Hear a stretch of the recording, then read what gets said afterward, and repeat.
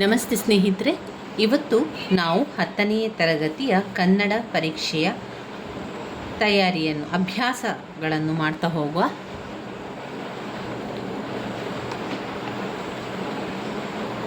ಇದರಲ್ಲಿ ನಾವು ಇವತ್ತು ಮುಖ್ಯವಾಗಿ ಬರುವಂತಹ ಪ್ರಶ್ನೆಯನ್ನು ನೋಡ್ತಾ ಹೋಗುವ ಸ್ನೇಹಿತರೆ. 1 ಅಂಕದ ಪ್ರಶ್ನೆಗಳು, 2 ಅಂಕದ ಪ್ರಶ್ನೆಗಳು, ಹಾಗೆಯೇ ಸಂದರ್ಭ ಸ್ವಾರಸ್ಯ ಪ್ರಶ್ನೆಗಳು, ಪತ್ರವನ್ನು ಬರೀಲಿಕ್ಕೆ ಇರುವಂಥದ್ದನ್ನು ಕೂಡ ಕಾಣ್ಬೋದು. ನೋಡಿ, ಈ ಒಂದು ಪ್ರಶ್ನೆ ಪತ್ರಿಕೆಯಲ್ಲಿ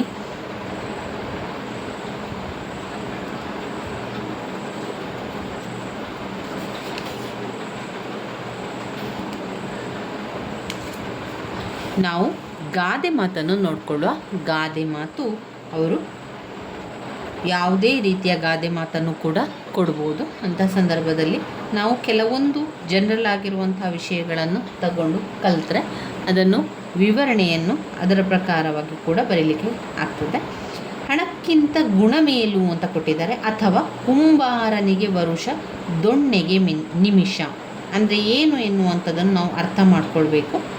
ಹಣಕ್ಕಿಂತ ಗುಣ ಮೇಲು ಎನ್ನುವಂಥ ಒಂದು ಗಾದೆ ಮಾತನ್ನು ಕೊಟ್ಟಾಗ, ಗಾದೆಗಳು ಜನಪದರ ಜೀವನದ ಅನುಭವದ ನುಡಿಮುತ್ತುಗಳಾಗಿದ್ದು ಆಕಾರದಲ್ಲಿ ವಾಮನನಾದರೂ ಅರ್ಥದಲ್ಲಿ ತ್ರಿವಿಕ್ರಮನಾಗಿವೆ. ವೇದ ಸುಳ್ಳಾದರೂ ಗಾದೆ ಸುಳ್ಳಾಗದು ಎಂಬ ಮಾತು ಗಾದೆಯ ಮಹತ್ವವನ್ನು ಬಹು ಸಾರುತ್ತದೆ. ಹಣಕ್ಕಿಂತ ಗುಣಮೇಲು ಎಂಬುದು ಒಂದು ಪ್ರಸಿದ್ಧ ಗಾದೆ ಮಾತಾಗಿದೆ. ಜೀವನದಲ್ಲಿ ನಮ್ಮ ನಡತೆ ಹಾಗೂ ವ್ಯವಹಾರಗಳನ್ನು ಸರಿಯಾದ ದಾರಿಯಲ್ಲಿ ಕೊಂಡೊಯ್ಯಬೇಕು ಎಂಬುದನ್ನು ಈ ಗಾದೆಯು ಧ್ವನಿಸುತ್ತದೆ. ಹಣದ ಆಸೆಯಿಂದ ಬದುಕುವುದನ್ನು ಬಿಟ್ಟು ಒಳ್ಳೆಯತನ ಇಲ್ಲವೇ ಗುಣದಿಂದ ಬದುಕಬೇಕು. ಎಂಥ ಬಡವನಾದರೂ ತನ್ನ ಗುಣಗಳ ಸಹಾಯದಿಂದ ಸಾಧ್ಯವಾಗುತ್ತದೆ. ಕೆಲವರಿಗೆ ಹಣ ಕೈ ಸೇರಿದರೆ ಅಡ್ಡದಾರಿ ಹಿಡಿಯಬಹುದು. ಕೆಲವರು ಹಣವನ್ನು ಪರೋಪಕಾರಕ್ಕಾಗಿ ವಿನಿಯೋಗಿಸುವವರು. ಇದು ಗುಣದ ಮೇಲೆ ಅವಲಂಬಿತವಾಗಿರುವಂಥದ್ದು. ಈ ರೀತಿ ಕೆಲವೊಂದು ಗಾದೆಗಳನ್ನು ನೋಡ್ಕೊಳ್ಳಿ ಸ್ನೇಹಿತರೆ. ಇದರಲ್ಲಿ ನೀವು ಅಲಂಕಾರಗಳನ್ನು ನೋಡುವ. ಕೆಲವೊಂದು ಮುಖ್ಯವಾದಂಥ ವಿಚಾರಗಳನ್ನು ಈ ಒಂದು ವಿಡಿಯೋದಲ್ಲಿ ನೋಡ್ತಾ ಹೋಗುವ ಸ್ನೇಹಿತರೆ. ಸೀತೆಯ ಮುಖ ಕಮಲದಂತೆ ಅರಳಿದೆ. ಅಲಂಕಾರವನ್ನು ಹೆಸರಿಸಿ ಲಕ್ಷಣವನ್ನು ಬರೆಯಿರಿ, ಸಮನ್ವಯಗೊಳಿಸಿ. ಸೀತೆಯ ಮುಖ ಕಮಲದಂತೆ ಅರಳಿದೆ. ಇಲ್ಲಿ ಅಲಂಕಾರದ ಹೆಸರು, ಯಾವ ಅಲಂಕಾರ ಕೊಟ್ಟಿದ್ದಾರೆ? ಉಪಮಾಲಂಕಾರವನ್ನು ಕೊಟ್ಟಿದ್ದಾರೆ. ಸೀತೆಯ ಮುಖ ಕಮಲದಂತೆ ಅರಳಿತು ಅಂದರೆ ಉಪಮಾಲಂಕಾರ. ಲಕ್ಷಣ, 2 ವಸ್ತುಗಳಿಗೆ ಪರಸ್ಪರವಾಗಿ ಇರುವ ಹೋಲಿಕೆಯನ್ನು ಹೇಳುವುದೇ ಉಪಮಾಲಂಕಾರ. 2 ವಸ್ತುಗಳಿಗೆ ಪರಸ್ಪರ ಇರುವ ಹೋಲಿಕೆ. ಈಗ ಸೀತೆಯ ಮುಖವನ್ನು ಕಮಲಕ್ಕೆ ಹೋಲಿಸಿದ್ದಾರೆ. ಸೀತೆಯ ಮುಖ ಕಮಲದಂತೆ ಅರಳಿತು ಎನ್ನುವಂಥದ್ದು 2 ವಸ್ತುಗಳಿಗೆ ಪರಸ್ಪರ ಇರುವಂಥ ಹೋಲಿಕೆಯನ್ನು ಹೇಳಿರುವಂಥದ್ದು. ಇನ್ನು ಸಮನ್ವಯ, ಉಪಮೇಯ ಎನ್ನುವಂಥದ್ದು ಸೀತೆಯ ಮುಖ ಉಪಮೇಯ, ಉಪಮಾನ ಕಮಲ, ಉಪಮವಾಚಕ ಅಂತೆ, ಸಮಾನ ಧರ್ಮ ಎನ್ನುವಂಥದ್ದು ಅರಳುವುದು. ಇಲ್ಲಿ ಉಪಮೇಯವಾದ ಸೀತೆಯ ಮುಖವನ್ನು ಉಪಮಾನವಾದ ಕಮಲಕ್ಕೆ ಹೋಲಿಸಲಾಗಿದೆ. ಅಂತೆ ಎಂಬ ಉಪಮವಾಚಕ ಪರವಿದ್ದು ಅರಳುವುದು ಎಂಬ ಸಮಾನ ಧರ್ಮ ಇರೋದರಿಂದ ಇದು ಪೂರ್ಣೋಪಮಾಲಂಕಾರದ ಲಕ್ಷಣವಾಗಿರುವಂಥದ್ದು. ಈ ರೀತಿಯಾಗಿ ಅಲಂಕಾರವನ್ನು ಕೂಡ ಬರೀಲಿಕ್ಕೆ ನಮಗೆ ಬರ್ತದೆ. ಅಲಂಕಾರಗಳು ಕೂಡ ಬರೀಲಿಕ್ಕೆ ಇರ್ತದೆ. ಪ್ರಶ್ನೆ ಪತ್ರಿಕೆಯಲ್ಲಿ ಆ ಪ್ರಶ್ನೆಯನ್ನು ಕೂಡ ಕೊಟ್ಟಿರ್ತಾರೆ. ಇನ್ನು ಗದ್ಯ ಭಾಗವನ್ನು ಓದ್ಕೊಳ್ಬೇಕು. ಹಾಗೆ ಅವರು ಕೊಟ್ಟಿರುವಂತಹ ಪ್ರಶ್ನೆಗೆ ಉತ್ತರವನ್ನು ಕೂಡ ಬರೀಬೇಕಾಗ್ತದೆ. ಆಮೇಲೆ ಪತ್ರ ಬರೀಲಿಕ್ಕೆ ಇರುವಂಥದ್ದು, ನಾವು ಪತ್ರವನ್ನು ಒಮ್ಮೆ ಓದ್ಕೊಳ್ಳುವ, ಯಾವ ರೀತಿ ಪತ್ರ ಬರೆಯುವಂಥದ್ದು ಕೊಡ್ತಾರೆ ಅಂತ. ಇಲ್ಲಿ ತಂದೆಗಾದರೆ ತೀರ್ಥರೂಪರವರಿಗೆ ಅಂತ ಬರೀಬೇಕು. ತಾಯಿಗೆ ನಾವು ಪತ್ರ ಬರಿತೇವೆ ಅಂತಾದರೆ, ಅವರು ಕೊಟ್ಟಿದ್ದಾರೆ ಅಂತಾದರೆ ಮಾತೃಶ್ರೀಯವರಿಗೆ ಅಂತ ಬರೀಬೇಕು. ನೋಡಿ, ಇಲ್ಲಿ ಉದಾಹರಣೆಯನ್ನು ನೋಡುವ.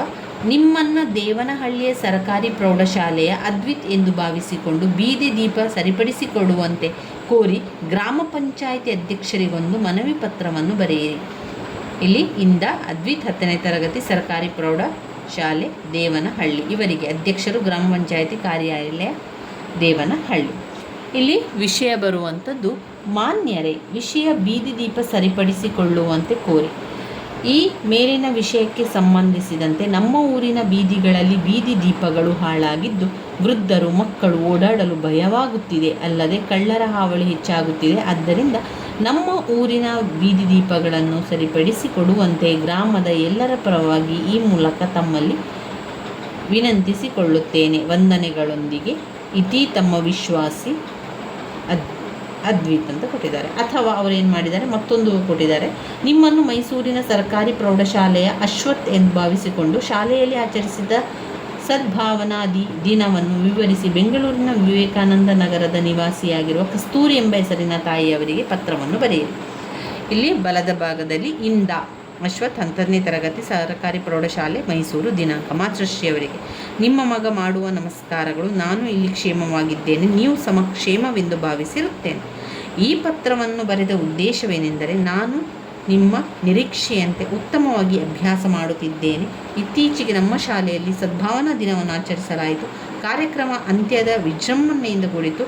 ಆಗಸ್ಟ್ 20ರ ಈ ದಿನವು ದಿವಂಗತ ಮಾಜಿ ಪ್ರಧಾನಿಗಳಾದ ರಾಜೀವ್ ಗಾಂಧಿಯವರ ಜನ್ಮದಿನವಾಗಿದ್ದು ಸಮಾಜದಲ್ಲಿ ಕೋಮು ಸೌಹಾರ್ದ, ಏಕತೆ, ಸಹೋದರತೆ ಮತ್ತು ಪ್ರೀತಿಯನ್ನು ತುಂಬುವ ಉದ್ದೇಶ ಹೊಂದಿದೆ.